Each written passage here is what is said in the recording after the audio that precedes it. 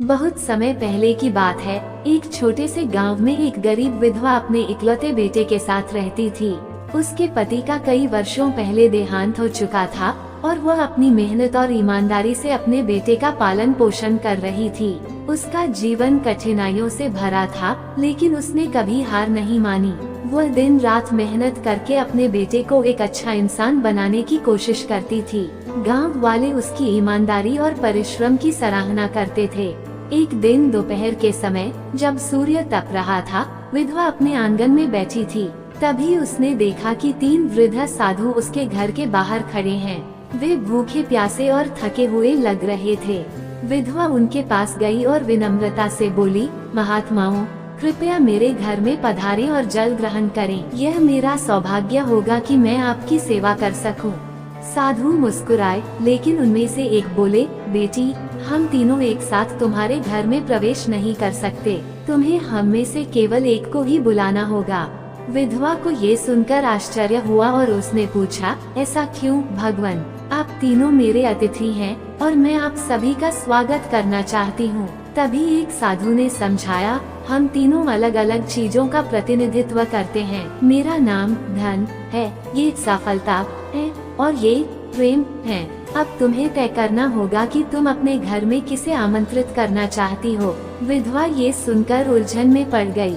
उसने कहा, कृपया मुझे कुछ समय दें, मैं अपने बेटे से परामर्श करके आती हूँ। विधवा घर के अंदर गई और अपने बेटे को सारी बात बताई। बेटे ने उत्साह से कहा, माँ, हमें धन को बुलाना चाहिए।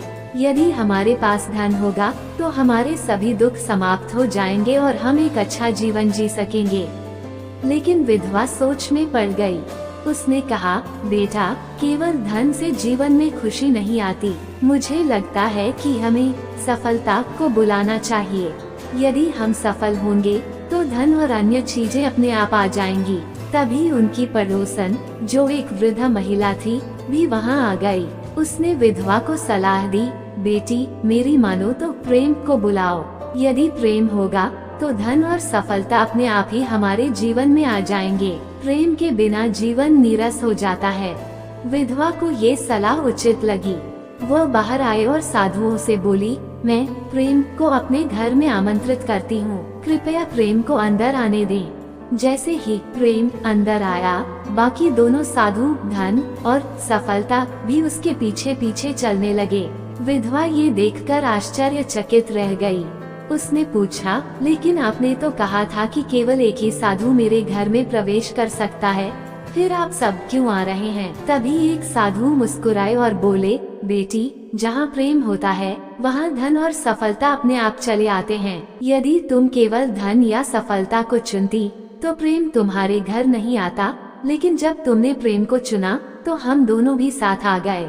विधवा ने उन साधुओं को जल पिलाया और प्रेम पूर्वक भोजन कराया।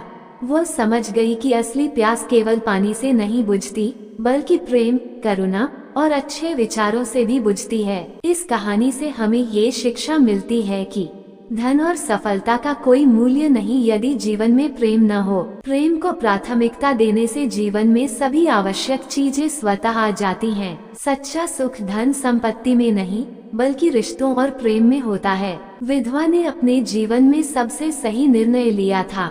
उसने प्रेम को प्राथमिकता दी और इसके कारण उसके जीवन में खुशहाली आई। प्रेम एक ऐसी शक्ति है जो रिश्तों को मजबूत बनाती है और जीवन में सच्चा आनंद लाती है।